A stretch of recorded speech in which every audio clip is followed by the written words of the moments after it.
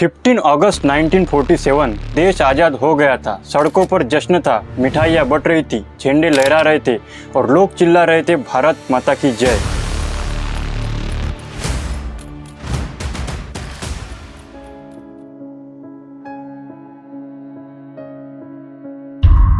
चारों तरफ खुशियाँ ही खुशियाँ, हर तरफ जश्न ही जश्न। लेकिन इन्हीं खुशियों के पीछे छिपाता एक दर्द का समंदर, बंटवारे का दुख। एक ऐसा सन्नाटा जो कोई सुनना नहीं चाहता था। वो सन्नाटा जो लाशों के ढेर के ऊपर खड़ा था। वो चीखें बंगाल से दिल्ली तक की गलियों में गूंज रही थी। वो आंसू किसी हिंदू, मुस्लिम या सिख के नहीं, सिर्फ इंसान के थे। माँ की कोख से बेटा छीना गया, बहनों की इज्जत सड़कों पर नोची गई, किसी का भाई खो गया। और वो जमीन जहाँ लोग साथ साथ जीते थे, अब वो खून से रंगी हुई थी। आज़ादी तो मिली थी, लेकिन खून में डूबी हुई। फिरंगी चले तो गए, लेकिन देश के सीने में एक खतरनाक जहर घोल के गए। धर्म का जहर, हिंदू मुस्लिम का जहर। जो लोग भारत में सदियों से एक साथ जीते आ रहे थे, उन्हें इस तरह से बांटा गया कि भाईचारा कब कत्लेआम में बदल गया, किसी को पता ही नहीं चला। हिंदू मुस्लिम एक दूसरे के खून से सड़कें लाल कर रहे थे और ट्रेन लाशें भर के ला रही। इस बंटवारे की कहानी सिर्फ जमीन का बंटवारा नहीं था, बल्कि दिलों का, इंसानियत का और सोच का बंटवारा था। जिस दिन भारत आजाद हुआ था, उसी दिन भारत का दिल फाड़ दिया गया था। पिछले वीडियो में हमने देखा कि एक व्यापारी कंपनी, ईस्ट इंडिया कंपनी, जो व्यापार करने आई थी और इस सोने की चिड़िया को लोहे की जंजीरों में जकड़ गई। लेकिन सवाल फिर ये है, क्या अंग्रेज वाकई हार मानकर गए थे, या फिर ये आजादी एक सोची समझी रणनीति का हिस्सा थी? क्या ये सिर्फ गांधी जी की अहिंसा की जीत थी, या फिर भगत सिंह, नेताजी और हजारों क्रांतिकारियों के बलिदान का असर, या फिर इन सबसे परे कोई और ही ताकत थी जिसने इस सत्ता के खेल को मोड़ दिया? आइए याद करते हैं उन क्रांतिकारियों की कुर्बानी को और जानते हैं इस आजादी की कहानी को इतिहास की गहराइयों से आज के इस वीडियो में। कहानी की शुरुआत होती है 1857 के उस महासंग्राम से, जिसे अक्सर चर्बी लगे कारतूस का मामला कहा जाता है। लेकिन अगर इस बगावत को सिर्फ इसी वजह से समझते हैं, तो ये इतिहास की सबसे बड़ी भूल होगी। असल सच्चाई ये थी कि ये विद्रोह किसी एक तत्कालीन कारण से नहीं, बल्कि सैकड़ों जख्मों से निकली चिंगारी थी, जिन्हें अंग्रेजी हुकूमत ने दबाया, कुचला और धीरे धीरे नासूर बना दिया। ये बगावत सिर्फ सैनिकों की नहीं थी, ये उस किसान की चीख थी जो हर साल बारिश की बूंदों के लिए ऊपर देखता, और जब फसल बर्बाद हो जाती तब भी उससे लगान वसूला जाता। अंग्रेजों ने जमींदारी व्यवस्था के नाम पर किसानों को अपनी ही जमीन से बेगाना बना दिया था। जमीन उस किसान की थी, हल उसने चलाया था, बीज उसने डाला था, लेकिन जब फसल उगती थी तो पहला हक उन गोरों का होता था। अगर फसल नहीं हुई तो भी लगान देना था, नहीं दिया तो जमीन नीलाम, घर बिकता था और कई बार शरीर भी। लगान के बदले कई किसानों ने अपना खेत बेचा, कुछ ने बेटियों को गिरवी रखा, और जो कुछ भी बचा था उन्हें इंडियन चाइल्ड लेबर के नाम पर दूसरे देशों में बेचा गया। ये दर्द सिर्फ खेतों तक सीमित नहीं था, अंग्रेजों ने तलवार से ज्यादा जहर कानून में घोला था। भारतीय किसानों से लगान के नाम पर उनकी जमीन छीनी गई, कारीगर से उसका हुनर और मजदूर से उसकी मजदूरी। अब हर घर में भूख थी और हर बाजार में अंग्रेजी माल। उस समय अंग्रेजों का अत्याचार एकदम चरम पर था, और यही बना चिंगारी उस 1857 की विद्रोह की। वो संग्राम सिर्फ एक बगावत नहीं था, वो एक ज्वालामुखी था जिसने अंग्रेजों के अजय साम्राज्य की नींव हिला दी। दिल्ली से लेके अवध तक, झांसी से लेके बिहार तक, हर मोर्चे पर इस कदर खून बहा कि वहाँ की मिट्टी भी सिसक उठी। झांसी की रानी लक्ष्मीबाई घोड़े पर तलवार लेके अपने बेटे को पीठ पर बांध कर लड़ी, और हर वो क्रांतिकारी जो अंग्रेजों से तंग थे उस विद्रोह के संग्राम में थे। ये बगावत कोई अचानक भड़का गुस्सा नहीं था, ये उन सैकड़ों वर्षों की लूट, शोषण और अपमान का विस्फोट था। अंग्रेज भी डर गए, उन्होंने सिर्फ गोलियां नहीं चलाई, उन्होंने इंसानियत को ही मिटा दिया। इस विद्रोह में झांसी की रानी से लेकर मंगल पांडे तक हर कोने से आवाज उठी, लेकिन ये विद्रोह जितनी तेजी से उठाया गया, उतनी ही बेरहमी से इसे कुचला गया। सैकड़ों गांव जलाए गए, हजारों को फांसी पर लटकाया गया, किसानों को पेड़ से बांधकर मारा गया, और जो बच गए उन्हें इस तरह डराया गया कि पीढ़ियों तक आंखों में खोप रहे। झांसी की रानी शहीद हुई, तात्या टोपे पकड़े गए, नाना साहेब लापता हुए, और भारत को फिर से खामोश कर दिया गया, और 1858 में एक नया अध्याय खुला। 1857 के विद्रोह के बाद अंग्रेजों को एक बात साफ समझ आ गई थी कि भारत अब पहले जैसा नहीं रहा। इसीलिए उन्होंने बंदूक थोड़ी पीछे खिसकाई और चालाकी आगे लाई गई। अब अंग्रेजों का कब्जा पूरे हिंदुस्तान पर इस कदर पक्का हो चुका था कि कोई आग पर पट्टी बांधकर भी उस सत्ता का एहसास कर सकता था। सबसे पहले तो उन्होंने कंपनी को ही हटा दिया और कहा गया कि अब कोई कंपनी नहीं, अब खुद रानी विक्टोरिया राज करेगी। अब लोगों को लगा कि कंपनी तो चली गई, अब ब्रिटिश क्राउन खुद राज करेगी। लेकिन भाई, ये बस पैकेजिंग बदली थी, अंदर माल वही था, वो बस अब अंग्रेजी एसेंट में डिलीवर हो रहा था। सुनने में बड़ा सम्मानजनक लगता है नहीं? हर majesty the queen will rule India, लेकिन सच्चाई ये बस एक नया मास्क था जिसमें हिंसा, पीड़ा, अत्याचार और शोषण बिल्कुल पहले जैसा ही था। बस अब उसे राजशाही और कानून का जामा पहना दिया गया। 1858 में प्रोक्लेमेशन एक्ट आया। कहा गया कि धर्म में दखल नहीं देंगे, सबको बराबर न्याय मिलेगा, भारतीयों को शासन में जगह दी जाएगी, वगैरह वगैरह। लेकिन ये सब एक लोरी थी। लिखा गया ताकि जनता सोती रहे, सोचे कि बदलाव आ गया है, लेकिन असल में जैसे का तैसा था। और हाँ, ये मैं इसीलिए बता रहा हूँ क्योंकि इतिहास को समझने से पहले उसके बैकग्राउंड सेटअप को समझना बहुत जरूरी है। और साल 1876 जब भारत में लोग अकाल से तड़प तड़प कर मर रहे थे, उसी वक्त दिल्ली में शाही दरबार लगा दिया गया। रानी विक्टोरिया को भारत की एम्प्रेस घोषित किया गया। सोने चांदी के मंच, अंग्रेजी भाषण और एक तरफ भूख से तड़पती जनता। ये बिल्कुल वैसे ही था जैसे किसी की मयत में डीजे बजा देना। लेकिन इसी अत्याचार के अंधेरे में उम्मीद की किरण लेके आया एक गवर्नर, नाम था लॉर्ड रिपन। 1880 में वो आया और लोकल बॉडीज, सेल्फ गवर्नमेंट और सबसे अहम इल्बर्ट बिल लेके आया। इस बिल का मतलब था कि कोई भारतीय जज किसी भी यूरोपियंस पर केस चला सकेगा। ये सुनने में आज भले ही नॉर्मल लगे, लेकिन उस दौर में गोरों को इससे करंट लगा था। ब्रिटिश अफसरों ने खुलकर इसका विरोध किया। अखबारों में लिखा जाने लगा, एक काला आदमी कैसे गोरों पर फैसला सुनाएगा। मतलब इंसाफ की बात नहीं थी, वहाँ रंग देखकर न्याय तय होता था। आखिरकार अंग्रेजों ने दबाव बनाया और इल्बर्ट बिल का वो हिस्सा वापस लेना पड़ा। लेकिन इसने भारत की जनता के भीतर कुछ बदल दिया। लोगों को पहली बार ये महसूस हुआ कि गोरों का न्याय भी एक भ्रम है और बदलाव सिर्फ मांगने से नहीं मिलेगा। यही से पहली बार भारतीयों के बीच एक संगठन की जरूरत महसूस हुई। फिर आया 1885 और बनी इंडियन नेशनल कांग्रेस। लेकिन शुरुआती कांग्रेस बस एक डेस्क जैसी थी, जहाँ नारे नहीं लगते थे, बस प्रार्थनाएं होती थी। इसीलिए बहुत सारे लोग कहते हैं कि कांग्रेस अंग्रेजों के लिए एक सेफ्टी वॉल्व की तरह थी, ताकि जनता का गुस्सा कहीं फूटे नहीं, उसे वही ठंडा कर दिया जाए। लेकिन अंदर से फिर धीरे धीरे कुछ बदलने लगा। तिलक, लाला लाजपत राय और बिपिन चंद्र पाल जैसे कुछ नेता आए और कांग्रेस अभी संगठन नहीं, एक संघर्ष बनती गई। इसी बीच अंग्रेजों ने 1892 फिर एक बार लोकतंत्र का दिखावा किया। इंडियन काउंसिल एक्ट लाया गया, जहाँ बहस का मंच दिया, लेकिन फैसलों की चाबी अभी भी उनके ही हाथों में थी। ये वही चाबी थी जो भारत की तिजोरी खोलती थी, लेकिन उस तिजोरी के असली मालिक भारतीयों को बाहर खड़ा रखा गया। कहा गया कि तुम बोल सकते हो, लेकिन सुनने का वक्त हमारा होगा।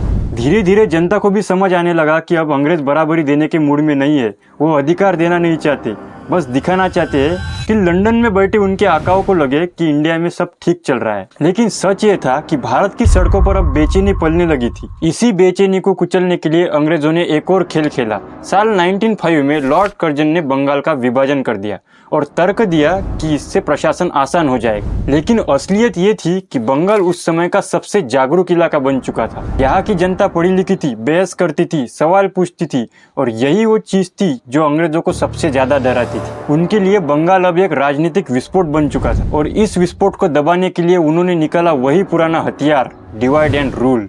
बंगाल को दो हिस्सों में काटा गया, मुस्लिम मेजॉरिटी ईस्ट बंगाल और हिंदू मेजॉरिटी वेस्ट बंगाल।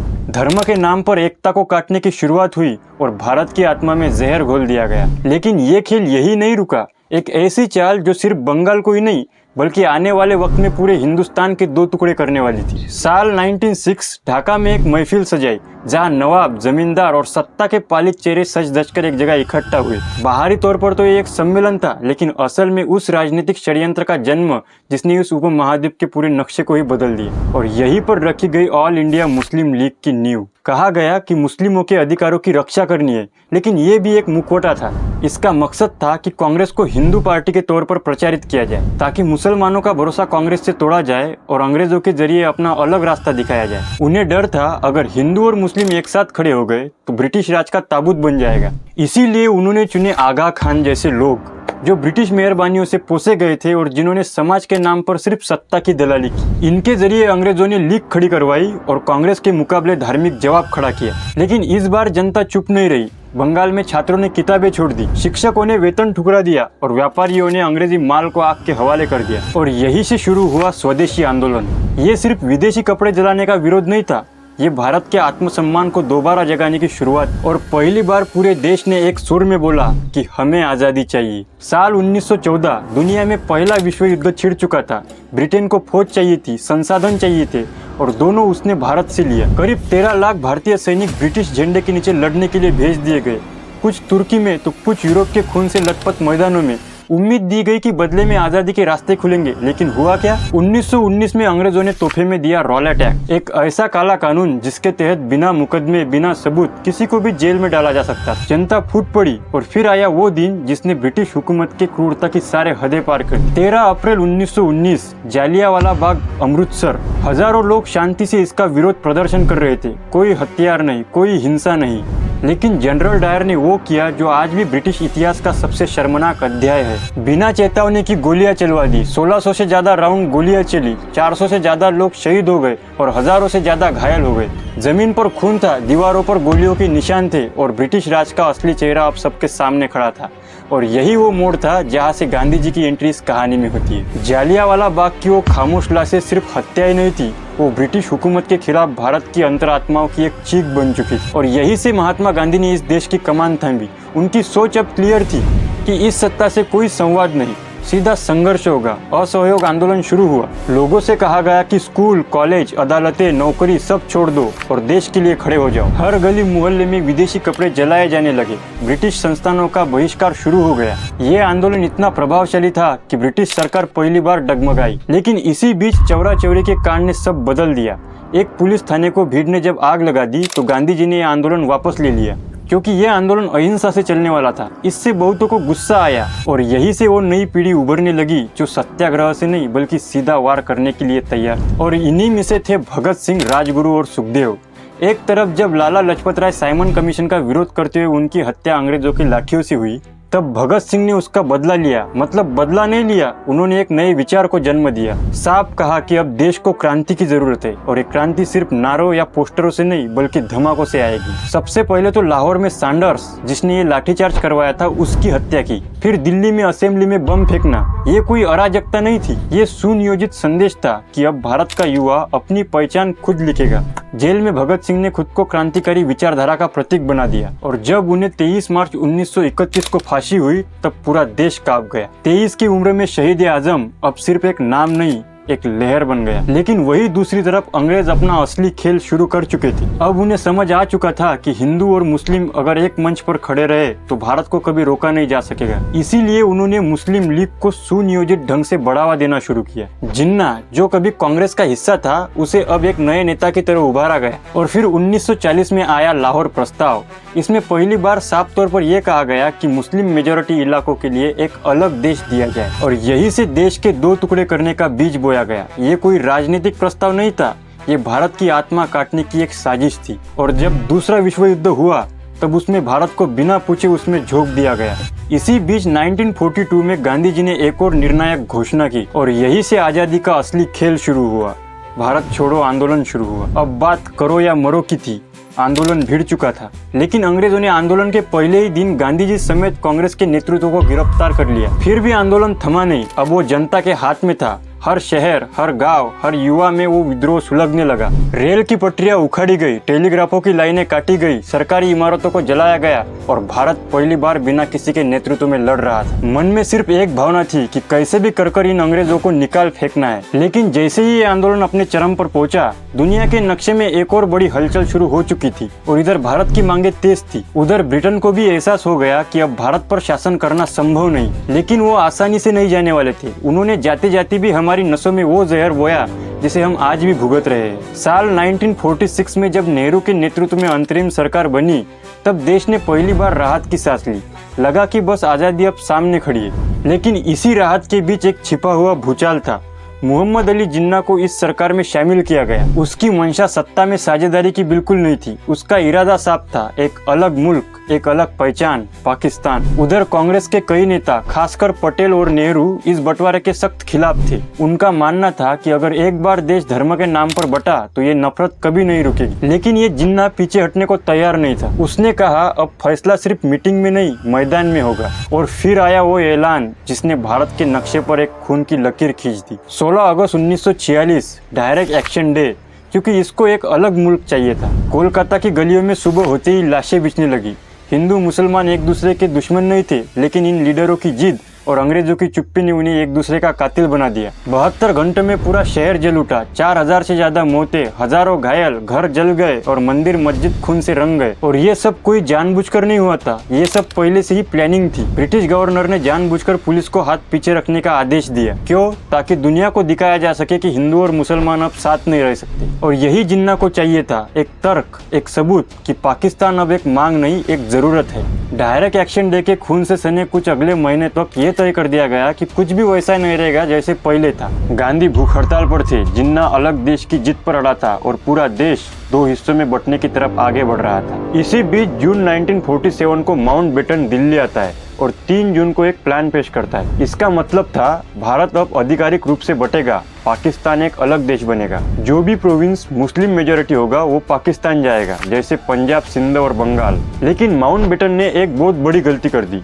उसने बंटवारे का ऐलान तो किया, लेकिन सीमाएं कहाँ होगी ये नहीं बताया। सीमाएं तय करने की जिम्मेदारी दी गई सर रेडक्लिफ को, और इसने सीमाएं कागज पर कलम से खींच दी, बिना भारत को जाने, बिना लोगों को देखे, बिना जमीन को समझे। अब हुआ क्या? पंजाब और बंगाल जैसी इलाकों में लाखों हिंदू, मुस्लिम और सिख जो साथ साथ खाना खाते थे, साथ साथ रहते थे और साथ साथ व्यापार करते थे, उन्हें एक झटके में कहा गया कि तुम अब पाकिस्तान में हो, तुम्हारा धर्म अलग है, तुम्हारा देश अलग है, तुम्हारे लोग अलग है। कोई गांव आधा भारत में, आधा पाकिस्तान में चला गया। लोगों को कहा गया या तो धर्म बदलो या फिर घर छोड़ो, और यही डर, भ्रम और गुस्सा दंगों में बदल गया। गांव के गांव खाली हो गए और वो घर जहाँ ईद और दिवाली की खुशबू एक साथ आती थी, वो अब बारूद और धुएं से भर गए। मंदिरों की घंटियां और मस्जिदों के अजानों के बीच पला बढ़ा ये हिंदुस्तान अब एक सवाल बन चुका था कि कौन अपने साथ रहेगा और कौन अपना दुश्मन बन जाएगा। माँ बाप अपने बच्चों को जिंदा छोड़ने पर मजबूर हुए, बहनों की इज्जत सड़कों पर घसीटी गई और बुजुर्गों की चीखें इतिहास में नहीं बल्कि सरहदों की रेत में अनसुनी दफन कर दी गई। लाखों लोग अपने ही मुल्क में बेगाने हो गए।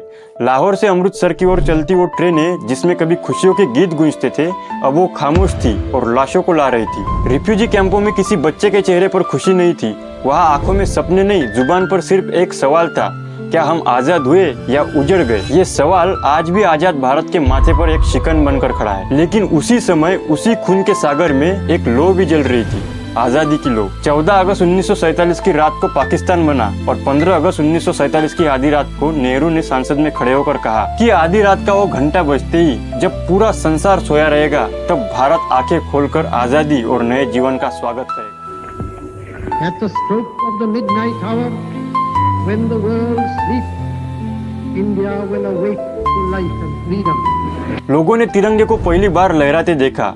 कुछ की आंखों में आंसू थे तो किसी की मुट्ठियां भींची थी और कुछ अपनी मिट्टी को चूम रहे थे। लेकिन इसी आजादी के जश्न के बीच एक माँ अपने बेटे को तिरंगे में लपेट रही थी। किसी के पास खुशी थी तो किसी के पास सिर्फ राख, किसी के पास देश था तो किसी के पास न घर था और न ही परिवार। गांधी जी अकेले ही दिल्ली की गलियों में घूमते थे, हाथ में लाठी और जुबान पर एक ही बात, हिंदू मुस्लिम भाई भाई। लेकिन उनकी आवाज भीड़ में कहीं दब चुकी थी। जिन्ना को पाकिस्तान मिल चुका था और नेहरू को भारत, पर गांधी शायद अब किसी के नहीं बचे थे। देश तो आजाद हुआ था, लेकिन उसके साथ ही एक टुकड़ा इंसानियत का दम तोड़ चुका था। सरहदें खींची गई पर जख्म आज भी रिश्ते हैं। करीब 10 लाख लोग मारे गए पर आज तक किसी ने ये नहीं पूछा कि उनका कसूर क्या था। ये जीत किसी एक आदमी की नहीं थी, ये जीत थी 1857 की उन क्रांतिकारियों की जिन्होंने मौत को अपनाया लेकिन झुके नहीं। ये भगत सिंह, राजगुरु और सुखदेव जैसे उन वीरों की थी जिन्होंने फांसी चूमी लेकिन सर झुकने नहीं दिया। ये जीत थी जालियांवाला बाग की उन चुप लाशों की जिनकी चीख आज भी इस मिट्टी में गूंजती है। और ये हर उस बेनाम इंसान की भी थी जिसने न कभी माइक पकड़ा, न कभी फोटो खिंचवाई, लेकिन जब वक्त आया तो ये मुल्क हंसते हंसते अपने जान पर लिख दिया। क्योंकि आजादी सिर्फ एक तारीख नहीं होती, ये हर उस धड़कन में बसती है जो इस देश के लिए धड़कती थी। अगर वीडियो अच्छा लगा हो तो लाइक और चैनल को सब्सक्राइब कर दो। जय हिंद।